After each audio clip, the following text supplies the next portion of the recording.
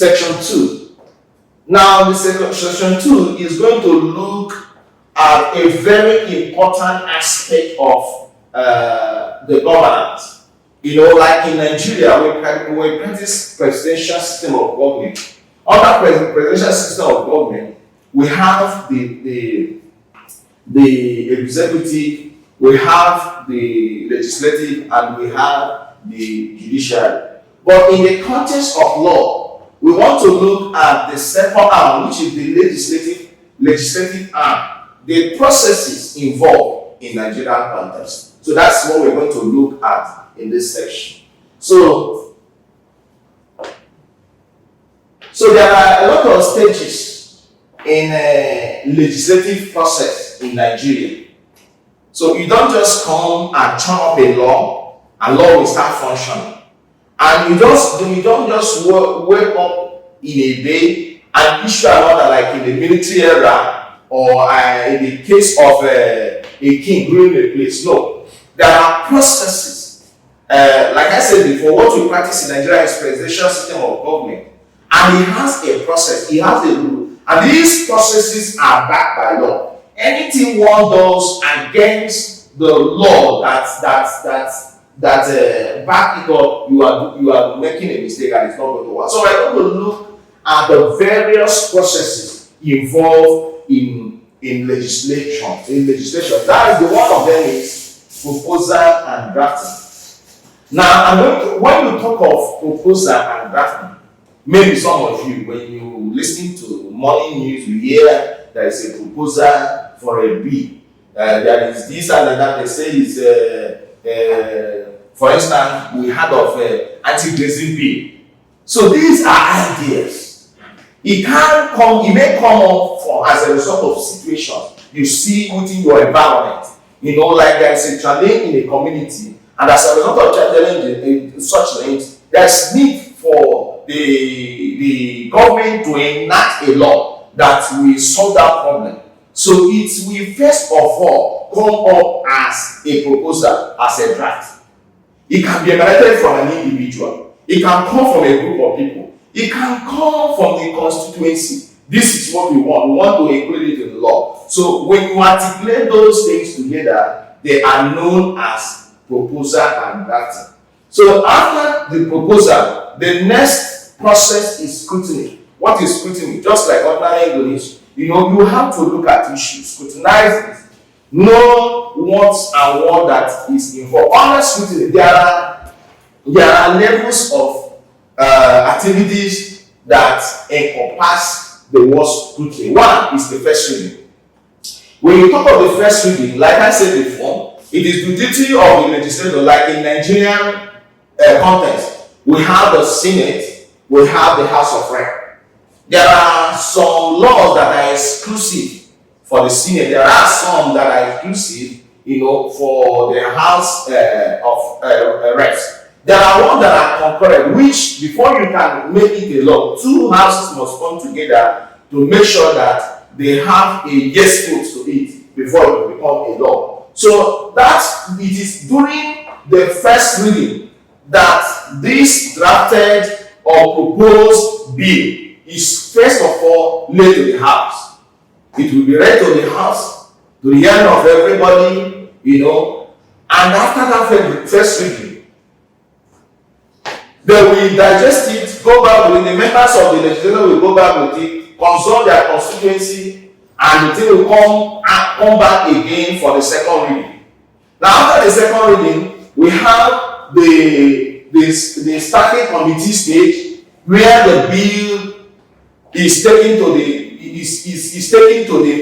community.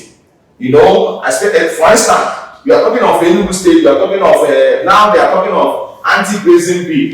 Before such law, after the first and second reading, the law will be taken to an agreed place, so a conference center, where the community, people that are called stakeholders, they will come to look at the matter, debate on it, look at it and make their own input.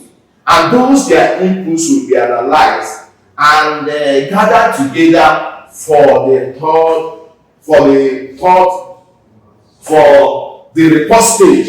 Now, after the report stage is the stage the committee of the whole. If it is a law that has to do with the Senate and the House of Reps, we have what we call at the committee level, there will be a subcommittee from the committee of whole who will look at the matter to look at it clause by clause to finalize and get all the share opinions from all the stakeholders together. Then after which we go for the third reading. So after the work of the committee, they will now represent the document to the House for the third reading. During third reading, issues might still be raised in the third reading. After the bill has been reported to the committee of the whole, the House or the Senate, it will precede the reading. The reading, correction, amendments can be made at this stage. So errors, those nitty-gritties, issues of semantics, language will be able to look at so that these things will be taken care of. And after that, we talk of the endorsement of the bill. Remember what we are talking about is still the stage of scrutiny. So it is under scrutiny that you are having these sub-headings. So at this stage of engrossment of the bill, it involves the production of the final clean copy. That's what we call clean copy. By the time all the errors, dots, and t's and dots have been taken care of, you must have passed through various hands, from one office to the other, so that they will look at them well, look at the professionals, look at the grammarian to make sure that those things are clean. The copies will be produced. So it is at this point that the bill will be drawn up in a proper legal draft format and sealed with an authentic certificate endorsed by the clerk of the House of Senate. The bill is presented to the chief executive or the governor, as case may be. If it is at the national level, it is the president. If it is in the state level, it is the governor. So, like the one that they are doing in Enugu State, currently, the bill will be presented to the governor for endorsement. After that endorsement, there will be an enactment. What makes a law is once it has a backing, a consent of the chief executive, president at the higher level, at the national level, or governor at the state, without the assent of the president, no matter how much effort has been made by the legislator, it will not become a law. Even though that in the present constitution there is a provision that provides for the legislator to override the interest of the president at the national level or the state governor at the state level. Let's go ahead. So we are going to look at the types of bill.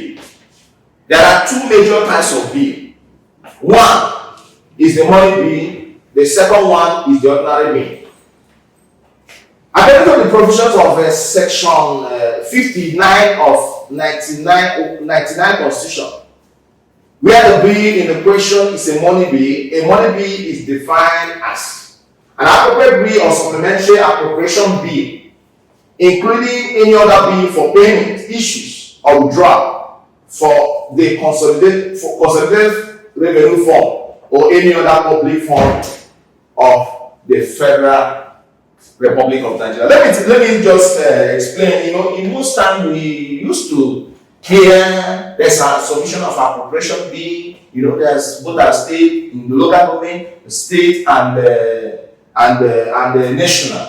You see, this great course is very, very practical. So it's trying to explain some of the things you normally hear, you regularly hear in the news.